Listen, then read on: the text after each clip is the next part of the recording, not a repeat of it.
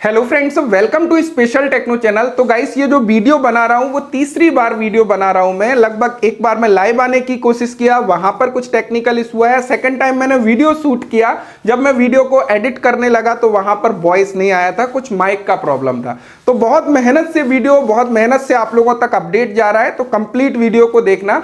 तो सबसे पहले आप लोगों को क्लियर करना चाहूंगा, यूपी ट्रिपल एससी के थ्रू जो यूपी आईटीआई इंस्ट्रक्टर की वैकेंसी आई है उसके बारे में काफी कुछ आप लोगों के माइंड में चल रहा है, कुछ पीईटी को लेकर, क्वालिफिकेशन को लेकर, सिलेक्शन प्रोसेस को लेकर। तो सारी चीजों को हम यहां पे क्लियर करने वाले हैं, लेकिन उससे पहले थोड़ा सा मैं पीईटी के बारे में डिस्कस करना चाहूंगा।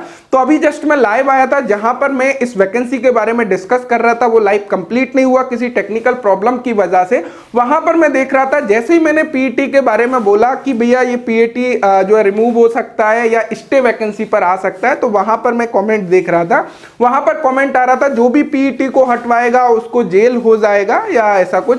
तो यहां पे देखो, यदि हम लोग बात करें 2021 में ये रूल रेगुलेशन पीईटी वाला आया, जिसमें भैया यूपी का इंस्ट्रक्टर वैकेंसी इंक्लूड नहीं था, तो इमीडिएटली यदि मैक्सिमम स्टूडेंट्स को देखा जाए, मैक्सिमम नंबर ऑफ स्टूडेंट्स के पास में पीईटी नहीं है, वो लोग एलिजिबल नहीं हो पा रहे हैं। तो वो लोग कहीं ना कहीं भाई कोशिश करेंगे, और मैक्सिमम, ये मैं अपना पॉइंट ऑफ व्यू बता रहा हूं, मैक्सिमम चांसेस है कि यहां पे इस वैकेंसी के ऊपर स्टे लग जाए। हो सकता है कुछ सुधार हो इसके एलिजिबिलिटी क्राइटेरिया में, जहां पर पीईटी को लेकर कुछ रिलैक्सेशन मिल जाए। तो आई होप ऐसा हो तो अच्छा है, क्योंकि मैक्सिमम कैंडिडेट ऐसे हैं जिन्होंने पीईटी का एग्जाम 2021 में नहीं दिया, वो कंप्लीट नहीं किए हैं। तो ये मैं ओनली अपना पॉइंट ऑफ व्यू रख रहा था भैया, ना तो ये मेरे हाथ में, मैं कुछ चीजें आपके फेवर में, जो मैक्सिमम नंबर ऑफ स्टूडेंट्स हैं उनके फेवर में बोल सकता हूं। क्लियर है? तो अब यहां पे हम लोग सारी चीजों को डिस्कस कर लेते हैं कि क्या वो चीजें हैं, क्या क्या है, यहां पे सारे वैकेंसी डिटेल के बारे में डिस्कस कर लेते हैं। तो यहां पर आप लोग देख सकते हो, यूपी ट्रिपल एससी की ये ऑफिशियल वेबसाइट है, एंड यहां पर आप लोग देखोगे नोटिस बोर्ड में टॉप पर आप लोगों को मिल जाता है आयोग के विज्ञापन संख्या 02 परीक्षा अपॉन 2022। यहां पर यदि आप लोग देखोगे, हम डायरेक्टली इसके ऑफिशियल नोटिफिकेशन की ओर चलते हैं, एंड वहां पर सारी चीजों को डिस्कस करते हैं। तो गाइस, यदि आप लोग ऑफिशियल नोटिफिकेशन को देखें तो यहां पर आप लोग देख सकते हो, ये उत्तर प्रदेश अधीनस्थ सेवा चयन आयोग लखनऊ की तरफ से आप लोगों का ऑफिशियल नोटिफिकेशन है। यदि हम लोग विज्ञापन संख्या 02 परीक्षा अपॉन 2022 आप लोगों का जो है मिल जाता है यहां पे विज्ञापन संख्या।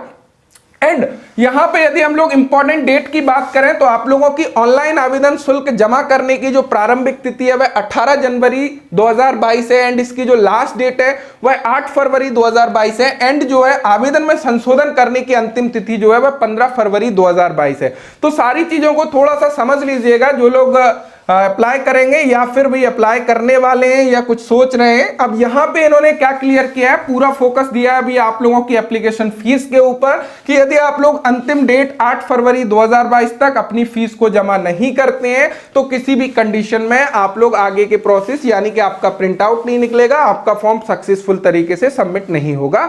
तो उसी के बारे में इन्होंने यहां पे डिस्कस किया है, तो ये चीजें आप लोगों की क्लियर है। अब यहां पर इन्होंने बोला है कि भैया टोटल जो अनुदेशक के कुल पद है वह 2504 पद हैं। अब यहां तक तो हम लोगों को बहुत अच्छा नोटिफिकेशन लग रहा था, कोई बात नहीं है भैया, लेकिन यहां से हम लोगों ने देखा, क्या देखा कि अनुदेशक मुख्य परीक्षा हेतु केवल वही अभ्यर्थी ऑनलाइन आवेदन कर सकते हैं जो प्रारंभिक अर्हता परीक्षा यानी कि पीईटी टेस्ट 2021 में सम्मिलित हुए हैं, और उन्हें आयोग द्वारा स्कोर कार्ड वैध संख्यात्मक स्कोर के साथ में जारी किया गया है। तो ये चीजें क्लियर होना चाहिए, और इसी का मुद्दा चल रहा है। तो सारी चीजें देखो आगे क्या चीजें होती हैं, क्योंकि मैक्सिमम स्टूडेंट्स यहां पे एलिजिबल नहीं हो पा रहे हैं, इस वजह से उन्होंने भाई सीआईटीएस करा, इतना सारा मेहनत करके उनका पूरा पर्टिकुलर वैकेंसी पर फोकस था कि भैया इंस्ट्रक्टर की काफी अच्छी संख्या में वैकेंसी आने वाली है, और डेफिनेटली ये बहुत अच्छी वैकेंसी है यदि आप लोग देखोगे। बट यदि वो इस वजह से एलिजिबल नहीं होंगे तो कहीं ना कहीं वो स्टेप उठाएंगे, और डेफिनेटली उठाना भी चाहिए। क्लियर है? चलिए अब आगे चलते हैं, देखते हैं आगे क्या चीजें हैं, आगे सारी चीजों को समझ लीजिएगा। अब यहां पर तो यहाँ पे सारी ऑनलाइन आवेदन करने की प्रोसेस को बताया गया है। इन्होंने बोला कि विज्ञापन के अंतर्गत आवेदन करने हेतु ओनली ऑनलाइन एप्लीकेशन सिस्टम लागू होगा। यदि आप लोग अदर किसी भी मेथड से अप्लाई करने की कोशिश करते हो तो वो आप लोगों का आवेदन वैध नहीं माना जाएगा। अब यहाँ पर सारी ऑनलाइन आवेदन करने की प्रक्रिया को दिखाया गया है। इन्होंने बोला कि जो पीटी का रजिस्ट्रेशन नंबर है उसके थ्रू आप लोग लॉग इन कर सकते हो। तो जैसे ही आप लोग लॉग इन करोगे, लॉग इन का विवरण थ्रू पर्सनल डिटेल्स के माध्यम से या थ्रू ओटीपी दोनों माध्यम से कर सकते हो। जो लोग पीटी का रजिस्ट्रेशन किए थे तो मैक्सिमम आप लोग देखोगे आधे से ज्यादा फॉर्म तो आप लोगों का फिल हुआ मिलेगा, क्योंकि वहां पर आप लोगों ने डिटेल को सबमिट किया था। तो कुछ कुछ चीजें भरनी रहेंगी, पर्सनल डिटेल वगैरह सारा कुछ आप लोगों का फिल मिलेगा, तो ये आप लोग कर सकते हो। अब एप्लीकेशन के बारे में यहाँ पर सारी चीजें बताई गई है कि कैसे कैसे आप लोगों को फिल करना है, क्या क्या स्टेप्स हैं। तो यहाँ पे आप लोग देख सकते हो, तो ये बहुत सिंपल स्टेप है, ये लोग आप लोग होशियार हो भी कर ही लोगे, कोई दिक्कत नहीं है। अब यहाँ पर समझिएगा आवेदन की फीस कितनी लगने वाली है। तो आवेदन की सभी कैटेगरी के लिए जो फीस है वह 25 रुपीस रखी गई है। यदि जो स्टूडेंट्स एलिजिबिलिटी क्राइटेरिया रखता है, वो अलग अलग डिसिप्लिन का सर्टिफिकेट रखता है और एक पोस्ट से ज्यादा पोस्ट में अप्लाई करना चाहता है तो वो कर सकता है, और उसको केवल एक ही फीस यानी कि 25 रुपीस फीस ही भुगतान करना पड़ेगा, क्योंकि उसको अलग अलग पोस्ट में अप्लाई करने के लिए सेपरेट फॉर्म फिल करने की जरूरत नहीं होगी। अब यहाँ पे ये चीजें आप लोगों को क्लियर है। यहाँ पे बताया गया है कि आप लोग ऑनलाइन फीस जमा करने के लिए debit card, credit card, internet banking या फिर एसबीआई ई चालान का प्रयोग कर सकते हैं। तो ये चीजें यहाँ पे इन्होंने क्लियर करी है। तो भाई यहां तक भी कोई दिक्कत नहीं है, ठीक है। ये ऑनलाइन फिल करने के बारे में हम लोगों को बता रहे हैं, यहां पर संशोधन के बारे में बताया यदि कोई गलती हो जाती है। अब हम थोड़ा सा पदों का विवरण देख लेते हैं कि क्या कुछ हमारा पदों का विवरण है। यदि आप लोग देखोगे अनुदेशक की भर्ती है। अब यहाँ पे कैटेगरी वाइज डिवाइड किया गया है। टोटल 2504 पोस्ट है, जिसमें अनारक्षित पोस्ट जो है वह 1042 है। अनुसूचित जाति की 526 पोस्ट है, अनुसूचित जनजाति की 44 पोस्ट है, अन्य पिछड़ा वर्ग की 681 पोस्ट है एंड ईडब्ल्यूएस कैटेगरी की 211 पोस्ट है। इस प्रकार आपकी टोटल मिलाकर 2504 वैकेंसी हो जाती है, जो कि भैया यूपी SSS ने निकाली है।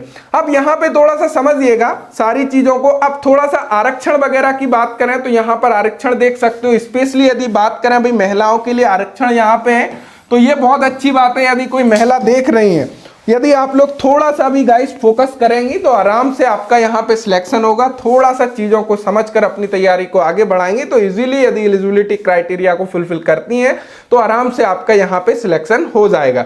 अब देखो यहाँ पे यदि हम लोग अनिवार्य अर्हता की बात करें कि क्या कुछ चीजें चाहिए, तो सबसे पहला तो डाउट आ रहा है। यहाँ पे उन्होंने देखा कि भैया माध्यमिक शिक्षा परिषद उत्तर प्रदेश की हाई स्कूल परीक्षा या सरकार द्वारा उसके समकक्ष मान्यता प्राप्त कोई परीक्षा अवश्य उत्तीर्ण होना चाहिए। तो यहाँ लग रहा है क्या सर यूपी बोर्ड से ही हमने 10th किया हो, मतलब अदर स्टेट वाले अप्लाई नहीं कर सकते हैं? तो भैया ऐसा कुछ नहीं है, आपका 10th क्लास कंप्लीट होना चाहिए, आप यहाँ पर अप्लाई कर सकते हो, चाहे आप उत्तर प्रदेश के निवासी हो या फिर अदर स्टेट से बिलोंग करते हो। यदि आप लोग उत्तर प्रदेश के मूल निवासी हो, डोमिसाइल सर्टिफिकेट है उत्तर प्रदेश का, तो आप लोगों का जो आरक्षित श्रेणी है उसका बेनिफिट आपको मिलेगा। यदि आप लोग अदर कैटेगरी से बिलोंग करते हो, अदर स्टेट से बिलोंग करते हो, तो आप लोग यहाँ पे अनरिजर्व्ड कैटेगरी के लिए अप्लाई कर सकते हो। तो ये चीजें क्लियर है। तो भैया सबसे पहले 10th पास होना चाहिए, उसके साथ साथ आप लोगों का जो भी ट्रेड या डिसिप्लिन है उस ट्रेड का सर्टिफिकेट आप लोगों के पास में होना चाहिए। यदि डिग्री डिप्लोमा वाले हैं, मैकेनिकल से किया है, तो आप लोग भैया मैकेनिकल के अकॉर्डिंग अपनी ट्रेड को चूज कर सकते हैं, fitter, Turner, machinist, welder, motor mechanic, diesel mechanic, तो जो भी आप लोगों के डिसिप्लिन के अंतर्गत आता है। यदि आप ITI स्टूडेंट्स हैं तो आपका जो पर्टिकुलर ट्रेड है उसको आपको चूज करना पड़ेगा। लेकिन यहां तक कहानी खत्म नहीं होती है। उसके अलावा यहां पे आप लोगों के पास में क्लियरली क्या होना चाहिए, CITS जो है कंप्लीट होना चाहिए, CTI का सर्टिफिकेट होना चाहिए। उसके बाद में यहां पर अनुभव वगैरह भी इन्होंने बोला है कि सेवा में अनुदेशक के पद पर सीधी भर्ती हेतु अभ्यर्थी के पास परिशिष्ट संलग्न 2 में बताया है स्तंभ 4 में कि यथावहित कार्य करने का अनुभव होना आवश्यक है। कोई औद्योगिक अनुभव होने की स्थिति में क्या होगा, उद्योग के लिए सरकारी नियमों के अनुसार रजिस्ट्रीकृत होना और विधि मान्य TIN एंड TAN संख्या होना आवश्यक है। जो आप लोगों का अनुभव सर्टिफिकेट होगा उस पर ये सारी चीजें मेंशन होना चाहिए। साथ ही साथ संस्थाओं में अनुभव होने की स्थिति में अभ्यर्थी के पास अंतिम परिमाण घोषित हो जाने और तकनीकी अर्हता की अंतिम परीक्षा उत्तीर्ण कर लेने के पश्चात किसी ख्याति प्राप्त संस्था महाविद्यालय से सुसंगत क्षेत्र में अध्यापक प्रशिक्षक के रूप में कार्य करने का अनुभव आवश्यक है।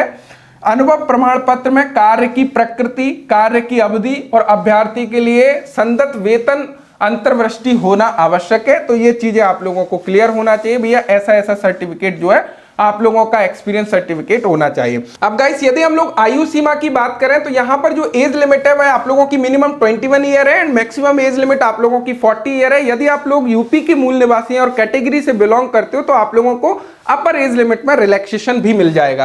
क्लियर है। यदि आप लोग उत्तर प्रदेश या फिर अलग स्टेट से बिलोंग करते हो उत्तर प्रदेश के अलावा तो आप लोगों को आरक्षण नहीं मिलेगा, आप अनरिजर्व कैटेगरी में ही माने जाओगे। अब चयन का आधार थोड़ा देख लीजिएगा भैया कि किस प्रकार आप लोगों का सिलेक्शन होना है। तो यहां पर देख सकते हो कि भैया इस लेटर में इस डेट में सिलेक्शन में सुधार किया गया है। चलिए ठीक है, साक्षात्कार को बंद किया गया है, तो वो सारी चीजें हम समझ गए। हम डायरेक्टली आते हैं मुद्दे के ऊपर। तो हमारा मुद्दा ये है कि यहाँ पर जो हमारा साक्षात्कार इंटरव्यू होता था वो प्रॉपर बंद हो गया था, इस डेट में इस लेटर के माध्यम से जारी किया, तो वो सारी चीजें दिखाई हैं।